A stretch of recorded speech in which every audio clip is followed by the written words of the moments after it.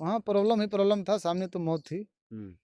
लेकिन हमने उस मौत को सामना किया। पूरा ये बर्फीली एरिया था, उधर तो बर्फ जो है स्लाइड तो हो रहा होगा, आपके ऊपर गिर रहा होगा। तो कभी ऐसा लगभग हुआ कि बर्फ पूरी आपके लद जाती थी आपके शरीर पे पूरी? हाँ, होता था, हुँ, लेकिन हम उसको हटाते रहते थे। हुँ, जगे रहते, सोए नहीं हम, हुँ। उतने घंटे तक तो हम सोए भी नहीं। 48 घंटे तक लगातार? सोए नहीं, हम हुँ, कंटिन्यू भागों में जगते रहे और उस समस्या का समाधान करते रहे, लड़ते रहे। हुँ, हमारी बस यही हिम्मत थी कि मौत तो सामने है ही है, हुँ, जब तक हिम्मत बनाए रखें हुँ, और हिम्मत से लड़ते हमें तो जिस दिन फँसे उस दिन हो गया था कि हम 6 घंटा, 8 घंटा, 10 घंटा ज़्यादा से ज़्यादा इतना ही झेल सकते थे। ऐसे मौसम ज़्यादातर खराब था हुँ, और हवा भी 200 किलोमीटर प्रति घंटे से ज़्यादा रफ़्तार थी उसकी हुँ, और बर्फीला मौसम तो पूछिए मत, जितना बर्फ़ गिर रहा था, हुँ, हुँ, हमको हर एक 2, 4, 5 मिनट में बर्फ़ हटाना पड़ रहा था कि बार-बार। मैं एक कतरा होकर भी लहरों से जंग किया करते हैं। हुँ, मेरी हिफाज़त रखना उस समुद्रों की ज़िम्मेवारी है। हुँ, सलामत रखना ये बाबा साहब इनकी हौसलों को, हुँ। क्योंकि हज़ारों पर ये भारी हैं। वाह! बहुत बढ़िया। हम लोग के हाथ में अगर आधा घंटा तक बर्फ रहेगा ना, हुँ, तो हाथ सुन्न हो जाता है। हुँ। फेंक देता है आदमी। हुँ, हुँ। लेकिन ये 36 घंटा कैसे उस चीज़ को झेले हैं, एक चमत्कार की तरह लग रहा है। बिल्कुल। इनको हिम्मत का दाग देना पड़ेगा कि हुँ, नहीं, ये वाक़ई हिम्मत सुन के दिखाए। बोले कि ठीक है, तुम गाड़ी धो के निकलो, घर पे किसी को बताना नहीं। हो हुँ, सकता है कि हम लोग की किस्मत में हो कि अभी ज़िंदा हो, हुँ, ऐसा तो हो नहीं सकता है। हुँ। तो हम देखिए, इनके भाई हैं, छोटे भाई हैं और भावुक भी हो रहे हैं। और जिस सुबह में तरीके से गाड़ी पकड़े थे हम लोग, हुँ, गए यहाँ से बक्सर से कोई डायरेक्ट ट्रेन नहीं है देहरादून के लिए, चाहे ऋषिकेश के लिए। हम लोग मुगलसराय से ट्रेन पकड़े, हुँ, हुँ। फिर गए वहाँ पे। दोस्तों अभी हमारी मौजूदगी बिहार के बक्सर जिला के राजपुर थाना क्षेत्र के हेठुआ गांव में है और आपको कैमरे में चश्मा लगाए हुए जो शख्स दिख रहे हैं, ये कोई आम शख्स नहीं है। इनकी कहानियों को आपको बताऊंगा दोस्तों, तो आपको पैरों तले जमीन खसक जाएगी। आपको बता दूं कि इन शख्स का नाम जो है अनिल राम है और ये आईटीबीपी के जवान है और बीते दिनों भारत चीन सीमा पर मौत को चकमा देकर लगभग 36 घंटों तक इन्होंने मौत से लड़ाई लड़ी और उसके बाद ये इनका रेस्क्यू हुआ और आज सकुशल आपके बीच में है। पूरी कहानी को अनिल राम जी आपको बताएंगे, लेकिन मैं आगे कुछ कहूं उससे पहले नए दर्शकों को अपना परिचय दे देता हूं। नमस्कार, मैं नरेंद्र बसंत हूं और आप जनतंत्र खबर देख रहे हैं। और पूरी बात इनसे लेने से पहले आपको पहले तो मैं सैल्यूट करना चाहूंगा कि आपने मौत को जो है चकमा देकर आज सकुशल हम लोग के बीच में है। तो आज हम लोग के बीच में है, कैसा महसूस हो रहा है आपको?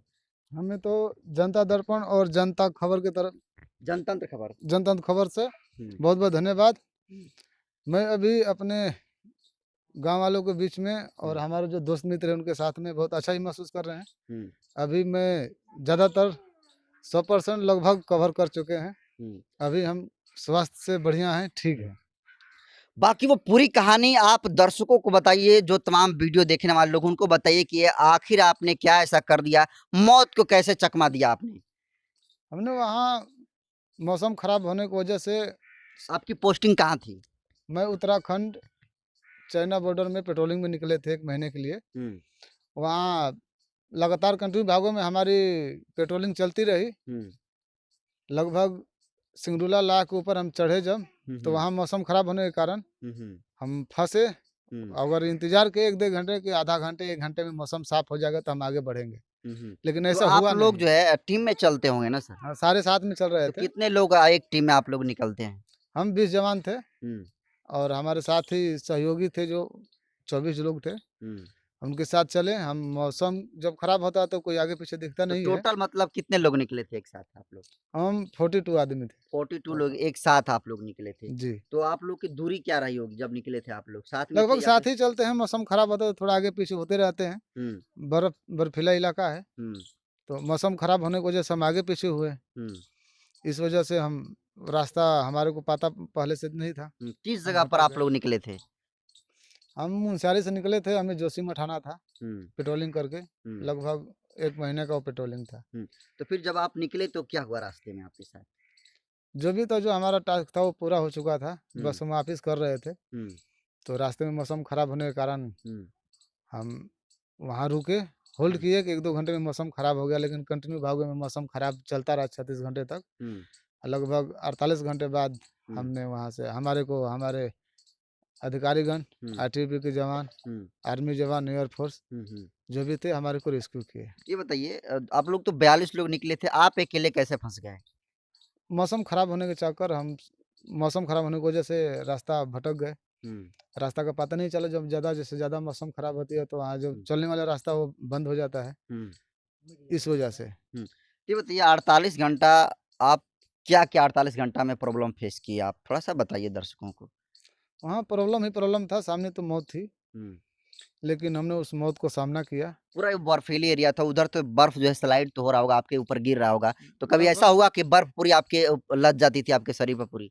हाँ, होता था, हुँ, लेकिन हम उसको हटाते रहते थे। हुँ, जगे रहते, सोए नहीं हम, हुँ। उतने घंटे तक तो हम सोए भी नहीं। 48 घंटे तक लगातार? सोए नहीं, हम हुँ, कंटिन्यू भागों में जगते रहे और उस समस्या का समाधान करते रहे, लड़ते रहे। हुँ, हमारी बस यही हिम्मत थी कि मौत तो सामने है ही है, हुँ, जब तक हिम्मत बनाए रखे हुँ, और हिम्मत से लड़ते रहे, वो हुँ, हमारे को कामयाबी मिली और हुँ, हमारे जवानों ने नीचे से रेस्क्यू टीम लेकर आए हुँ, और हेली आई, हुँ, उनकी मदद से हमने अच्छा बचाए गए। हुँ, हुँ, हमारे गाँव के दोस्त थे, हमारे भाई साहब थे, हुँ, हुँ, उन्होंने पहुँचे, उन्होंने अच्छा अच्छा से अच्छा सहयोग किया हमारा। हुँ, हुँ। हम अभी आपके बीच में सही सलामत खड़े हैं। तो ये बताइए जब वहाँ पर आप फँसे और जब 1-2 रात बीती, तो उसके बाद आपको ऐसा नहीं महसूस हुआ कि लगता है कि अब जो है हम शहीद हो जाएँगे, ऐसा कुछ आपके दिमाग में? हमें तो जिस दिन फँसे उस दिन हो गया था कि हम 6 घंटा, 8 घंटा, 10 घंटा ज़्यादा से ज़्यादा इतना ही झेल सकते थे। ऐसे मौसम ज़्यादातर खराब था। हुँ, वहाँ हवा भी 200 किलोमीटर प्रति घंटे से ज़्यादा रफ़्तार थी उसकी हुँ, और बर्फीला मौसम तो पूछिए मत, जितना बर्फ़ गिर रहा था। हुँ, हुँ, हमको हर एक 2, 4, 5 मिनट में बर्फ़ हटाना पड़ रहा था। बार-बार हम ऐसे ही ऐसे कर के अपना जीवन यापन किया वहाँ जो भी जितने समय मिल रहे हैं। हुँ, हुँ, उसके बाद मौसम साफ़ हुआ तो हुँ, हम वहाँ से निकलने की कोशिश की। हुँ, साँसें चली रही थी, हुँ। थोड़ा शरीर में एनर्जी नहीं था। लेकिन आप निकलने की कोशिश किए तो क्या फिर हुआ फिर? निकले तो आपने उत्तराखंड सरकार की जहाज़ चली, हुँ, हेली हुँ, चला, हुँ, वहाँ उसने हमने इशारा किया हुँ, हुँ, कि हम यहाँ हैं। हुँ, हुँ, नीचे बताया, नीचे से रेस्क्यू टीम आई, हुँ।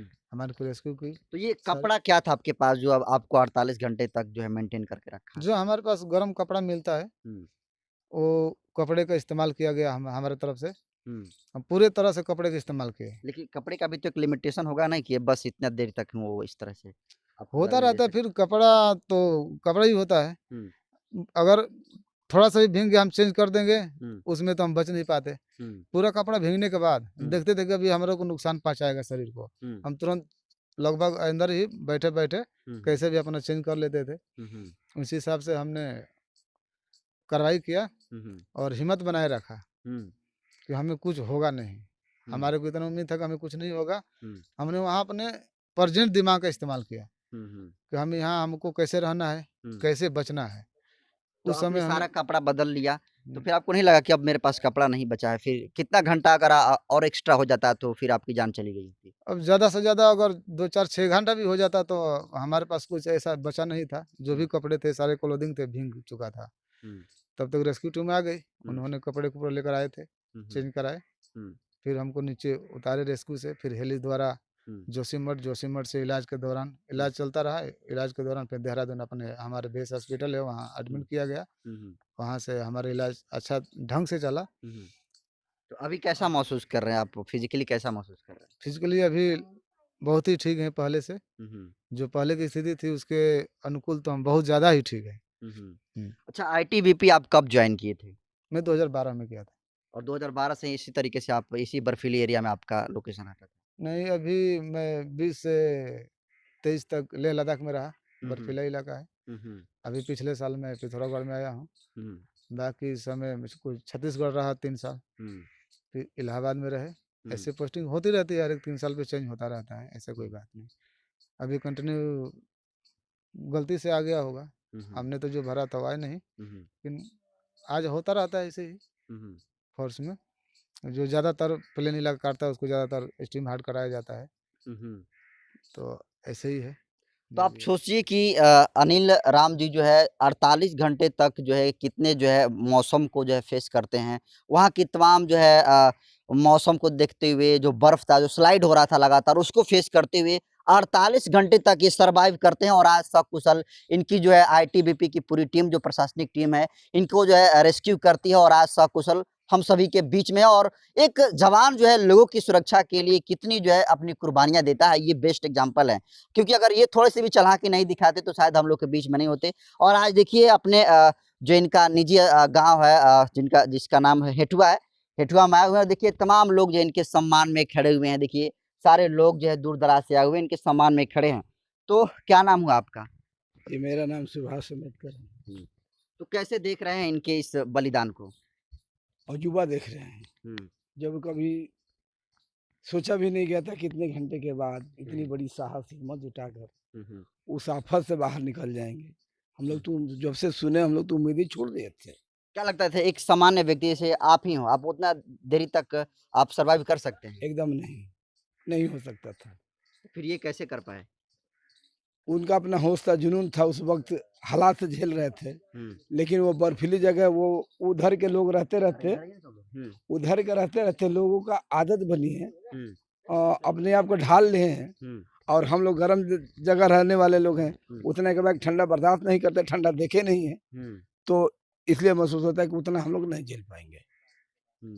लोग आर्मी हो या फिर जितने सारे डिफेंस में जॉब है उस पर सवाल उठाते हैं, आप क्या कहेंगे इनके लिए? देखिए, मैं जिला भारत के अंदर जितना भी जिला है और जिला पुलिस है, अगर कहीं मर भी जाते हैं तो लोग यही कहता है, देश के लोग तमाम गरीब बुद्धिजीवी लोग की एक देश का बोझ हल्का हो गया, भारत माँ का बोझ एक जवान से खत्म हो गया है। लेकिन यही जब देश के सरहद पर सेना के जवानों ने जब अपना हौतिया देते हैं लोग, तो लोग कराहते हैं, उसके सम्मान में पूरा देश झुकता है, उसकी पूरी सम्मान में कराहते हैं, अफसोस करते हैं कि शायद ये जवान अगर होता तो हम लोगों की सुरक्षा के लिए अपनी पूरी जिंदगी दांव लगाकर सुरक्षा करते हैं। ऐसे जवानों को कभी भी हमेशा सैल्यूट करते हैं हम लोग।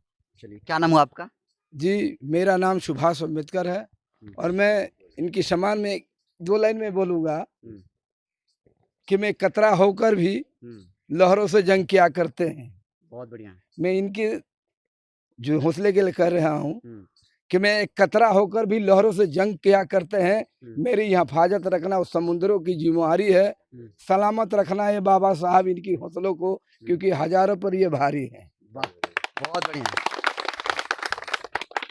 तो बबलू आजाद जी हैं, किस रूप में देख रहे हैं उनके इस संघर्ष को? देखिए, ये तो कुदरत का करिश्मा कहा जाएगा, क्योंकि जो बड़े भाई ने बताया, हमसे इनसे वार्ता जब हुई, वार्ता के दौरान जितना ये संघर्ष झेले हैं, हमको नहीं लगता है कि कोई आम आदमी इतना देर तक टिक पाएगा। क्योंकि हम लोग के हाथ में अगर आधा घंटा तक बर्फ रहेगा ना, तो हाथ सुन्न हो जाता है, फेंक देता है आदमी। लेकिन ये 36 घंटा कैसे उस चीज को झेले हैं, एक चमत्कार की तरह लग रहा है। बिल्कुल। इनको हिम्मत का दाग देना पड़ेगा कि नहीं, ये वाकई हिम्मत दिखाए हैं। नहीं तो 36 घंटा तो बहुत समय हो गया। 1 घंटा भी अगर किसी को बर्फ में रख दिया जाएगा तो उसका देह जो है ना सुन्न हो जाएगा। आप सर्वाइव कर पाएंगे? नहीं, नहीं, बिल्कुल नहीं। आप अंदाजा लगाइए कि ये आईटीबीपी के जवान हैं और ये भी जो है सोशल एक्टिविस्ट हैं। ये कह रहे हैं कि हम उतने देरी तक जो है सर्वाइव नहीं कर सकते जितना देरी तक इस आईटीबीपी के जवान अनिल राम जी जो है थे। तो फिर देखिए कि किस तरीके से जो जवान है ये कितना जो है कुर्बानी देते हैं, कितना स्ट्रगल करके लोगों की सुरक्षा करते हैं। उनके भाई हैं, उनसे बात करेंगे। आप थोड़ा सा यहाँ पर आइए। आपको कब पता चला कि ये जो है इस तरीके से प्रॉब्लम में ये फंस गए हैं? हमको 12 बजे रात में, 12 तारीख को 11:30 बजे रात में 13-14 फोन आए थे। तो हम लोग सो जाते कहाँ हैं। से फोन आया था? वहाँ से पिथौरागढ़ से। इनके डिप्टी कमांडर का गौतम नाम था सर का। फोन किए थे 11-12 फोन किए थे, हम सो गए थे। देहात के लोग जल्दी सो जाते हैं खा के। फिर हमने दोबारा कॉल किया कि भाई इतना फोन इतने रात को किसका आया होगा। फोन किया तो बोले कि आप अनिल के भाई बोल रहे हैं? हम कहें हाँ सर। तो हम पिथौरागढ़ से बोल रहे हैं, उनका डिप्टी कमांडर बोल रहे हैं। सर आपका शुभ नाम है? तो हमारा गौतम नाम पड़ेगा। यही आपका नंबर रजिस्टर में लिखा था, हम फोन कर रहे हैं कि आपका भाई हम लोगों के साथ गए थे पेट्रोलिंग में, वो बिछड़ गए हैं। हम बोले कि सर ऐसे कैसे हो सकता है, जब 42 लोग में सभी लोग आ गए, 2 लोग कैसे बिछड़ गए सर? हाँ, तो वहाँ पे 18,000 फीट ऊंचाई पे थे। अब तूफान और बर्फ बहुत ज़्यादा आया और सबसे पीछे थे। हो सकता है धुंधला से नहीं दिखाई दिया, वो कहीं खड़े हो गए हैं। हम लोग कोशिश कर रहे हैं, ढूंढ रहे हैं। हम बोले सर ऐसा नहीं होना चाहिए, आप ढूंढिए, जैसे भी ढूंढिए, नहीं तो हम कल सर सुबह आपके पास हम पहुँच जाएंगे। बोले कि ठीक है, आप आ सकते हैं, आने के लिए आपको कोई नहीं रोक सकता है, अगर दिक्कत हो तो आप बताइएगा। हम बोले ठीक है सर। तो ये नंबर हमने सुभाष बाबू जी को नंबर भेजे कि नंबर से फ़ोन आया था इतने बजे रात को, हमको डाउट लग रहा है कि नंबर सही है कि फर्जी है कि कैसा है। फिर एक चाचा है हमारे पटना में, उनके पास नंबर भेजे, चाचा इस नंबर से फ़ोन आया था इतने बजे रात को, थोड़ा बात करिए नंबर किसका है। सभी लोगों ने बात किया कि नहीं वहाँ का ही नंबर है, सही नंबर है। हम लोग सुबह में 12 बजे ट्रेन पकड़े, हम लोग 13 या 14 तारीख को हम लोग वहाँ पहुँच गए थे। ऋषिकेश से श्रीनगर के लिए बस पकड़ लिए थे। तब तक तो वो जब आप बस पकड़े तो उस समय आप संदेह में जा रहे थे कि पूरा विश्वास था कि जो बात हाँ, कह रहा उन है लोगों सही का बात के हिसाब से लग रहा था कि भाई है नहीं, जो रिकॉर्डिंग अभी भी है हमारे पास कि वो है नहीं। वो लोग बोल रहे हैं कि ढींढ है। पहले पूछे कि आप कितने भाई, हमने 2 भाई हैं 2 बहन हैं। तो आपका शादी हो चुका है? हम बोले अभी तो शादी करके गए हैं, 22 मई को शादी था सर। तो ठीक है, हमसे तो अभी नया-नया मिले हैं, तो हम बात करते हैं, कोशिश करते हैं। उनकी वो पत्नी कहाँ है? तो बोले सर पत्नी सब गाँव में ही रहते हैं सर, हम लोग किसान आदमी, हम लोग गाँव में बाहर में नहीं रहते हैं सर। बोले कि ठीक है, उनके बेटे कितने हैं? तो हम बोले कि 1 लड़का है सर 6 साल का, 1 लड़की है 3 साल की, एक लड़की और है 1 साल की। बोले ठीक है, भगवान से ही दुआ करते हैं कि वो वापिस ज़िंदा मिले। हम कहे सर ऐसे आप कैसे बोल रहे हैं? इसका मतलब आप छुपा रहे हैं? तो नहीं, नहीं छुपा नहीं रहे, हम लोग कोशिश कर रहे हैं। ऐसे तो 12 घंटे के बाद हमको नहीं लगता है कि कोई वहाँ से ज़िंदा निकला है। ये बात कौन बोला? गौतम सर थे, जो उनका रिकॉर्डिंग है हमारे पास। तो बोले कि ठीक है, हम कोशिश कर रहे हैं, अगर आपको आना है तो आप आ सकते हैं, आपको कोई रोकेगा नहीं। अगर ट्रेन में, गाड़ी में, बस में, जैसे भी आपको आना हो, कोई भी सहयोग हो हमसे लीजिएगा, हम फ़ोन करिएगा। तो ये जो आप बात बोले कि 12 घंटा से कोई आज तक जीवित नहीं नहीं लौटा है, रहा। तो ये सुनकर आपको कैसा लगा? हमको ऐसा लगा, हम मन में घर में किसी को नहीं बताएँ। हम अपने मन में रखे, सिर्फ़ सुभाष बाबू जी के पास फ़ोन किए थे, फिर एक चाचा हैं पटना में, राजकुमार जी हैं, उनके पास फ़ोन किए, बोले कि ठीक है तुम गाड़ी धर के निकल, घर पे किसी को बताना नहीं। हो सकता है कि हम लोग की किस्मत में हो कि अभी ज़िंदा हो, ऐसा तो हो नहीं सकता है। तो हम देखिए, इनके भाई हैं, छोटे भाई हैं और भावुक भी हो रहे हैं। और जिस सुबह में तरीके से गाड़ी पकड़े थे हम लोग, गए यहाँ से, बक्सर से कोई डायरेक्ट ट्रेन नहीं है देहरादून के लिए चाहे ऋषिकेश के लिए। हम लोग मुगलसराय से ट्रेन पकड़े, फिर गए वहाँ पे दिल्ली, दिल्ली से फिर वापस हरिद्वार गए, हरिद्वार से मसूरी गए, मसूरी से फिर हम लोग श्रीनगर के लिए बस पकड़े। तो सर का फ़ोन आया कि आप लोग उतर जाइए, आपको भाई से 1 घंटा में बात कराएँगे। तो हम लोग उतर गए, रास्ते में ही जंगल था, वहीं उतर गए। वहाँ से पैदल 4 किलोमीटर फिर ऋषिकेश आए हम लोग। तो रोड पर बैठे थे, तो घर पे डायरेक्ट वीडियो कॉल बात हुआ कि हाँ बात हुआ है, ठीक है, आप लोग देहरादून चलिए, हम लोग देहरादून आ जाएंगे। तो हम लोग सोचे, 2 भाई थे, एक संजय राम थे जो दिल्ली में रहते हैं, दोस्त हैं हमारे। तो हम लोग वहाँ से बस पकड़ के दिल्ली देहरादून गए। देहरादून गए तो पहले पता किए कि हाँ सीमा द्वार है। सीमा द्वार है कहाँ? हम लोग तो देहरादून में ऐसे हम जाते रहते हैं हमेशा। पता किया, वहाँ के लोग जैसे जानने वाले हैं हमको, पापा भी मेरे फौज में थे, तो वहीं पे रहते थे, तो सब जानने वाले लोग हैं। तो हम लोग सीमा द्वार गए, पता लगाए, फिर सुबह में इनको हेली से 1 बजे के आसपास वहाँ लाया गया था। तो हम लोग व्हील चेयर पर देखे, जैसे तो 4 लोग उठा के ला रहे थे, तो हम लोग लगा कि भाई बहुत ज़्यादा शरीर, मैंने वो हालत में नहीं थे कि अपने से चल सके। हाँ, आँख से तो रोक उसी से वक्त आप फर्स्ट हाँ, बार इनको देखे? देखे। उसके बाद हॉस्पिटल में ले गए, तो मैंने आँख से दिखाई नहीं दे रहा था, आँख पे पट्टी था, टोपी लगा हुआ था। हम लोग 2 लोग थे, दोनों लोग रो रहे थे। संजय भैया भी बोल रहे थे कि इतना ज़्यादा तबीयत खराब, वो लोग बोल रहा है कुछ नहीं हुआ, कुछ नहीं हुआ, ऐसे झूठ काहे बोला। एक अधिकारी के नंबर पर हम लोगों से बहस भी हुआ था कि आप या तो सच्चाई बताइए, या तो हम लोग आ गए हैं तो हम लोगों को ले चलिए यहाँ से। तो बोला ठीक है, तो हम लोग वहीं पे मिले, तो बाकी सब जो है आपके सामने है, ठीक है अभी। तो जब पहली बार देखे तो कैसा लगा देखकर इनको? लगा कि ठीक है, जैसा भी है। सुकून मिला हाँ, आपको? सुकून मिला। डॉक्टर ने बोला कि हो सकता है कि रोशनी आके जा सकता है, पैर में बर्फ लगा है तो पैर भी कटना। हम बोले कोई बात नहीं, जैसा है ठीक रहेगा, पैर कटना पड़े चाहे आँख रहे ना रहे, हम लोग झेल लेंगे। बस जिंदा है वहीं काफ़ी है हमारे लिए। लेकिन आज सकुशल हम लोग के बीच में सकुशल है। है। हम लेके आए हैं, कल ही लेके आए हैं देहरादून से। तो देखिए, आपका नाम क्या हुआ? मेरा नाम सुशील राम उर्फ गांधी राम के नाम से लोग जानते हैं। इस पंचायत के उप मुखिया हैं।